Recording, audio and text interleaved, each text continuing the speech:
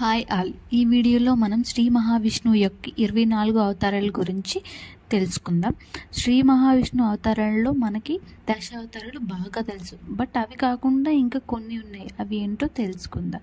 భగవత్ పురాణం ప్రకారం శ్రీ మహావిష్ణువు ఒకేసారి 2 అవతారాలు కూడా ఉంటాయి. అవి మీకు కూడా తెలుస్తాయి.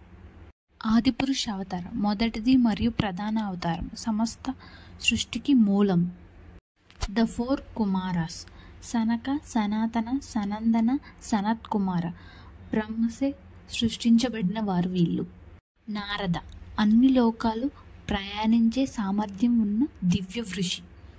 నరనారాయణ ధర్ముడు మరియు మూర్తి కుమారులు, 2 సోదరులు. కపిల దత్తాత్రేయ అత్రి మహర్షి మరియు అనసూయలకు జన్మించిన ఆధ్యాత్మిక గురువు ఇతను.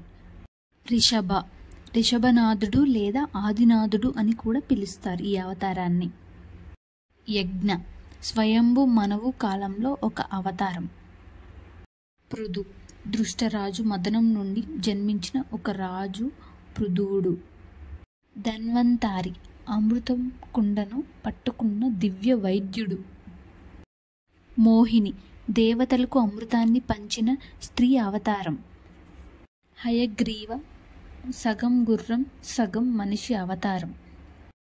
వ్యాస వేదాలను సంకలనం చేసినవాడు, మహాభారతం రచించినవాడు.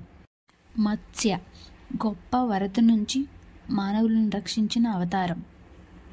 కూర్మ సముద్ర మథనం సమయంలో మందర పర్వతాన్ని అందుకున్న తాబేలు. వరాహ సముద్రం నుండి భూమిని రక్షించిన అవతారం. నరసింహ అవతారం హిరణ్యకశిపుని చంపిన సగం సింహం సగం మానవ అవతారం. వామన దేవతల కోసం విశ్వాన్ని తిరిగి పొందడానికి 3 అడుగులు వేసిన మరుగుజ్జు అవతారం. పరశురామ క్షత్రియ జాతిని నిర్మూలించిన గొడ్డలతో కూడిన ఋషి. శ్రీరామ అవతారం రామాయణ ఇతిహాసం నుండి అయోధ్యకు రాజు. కృష్ణ అవతారం మహాభారతంలో గోపాలకుడు మరియు రథసారథి. బలరామ అవతారం మహాభారతంలో శ్రీకృష్ణుడికి అన్నయ్య.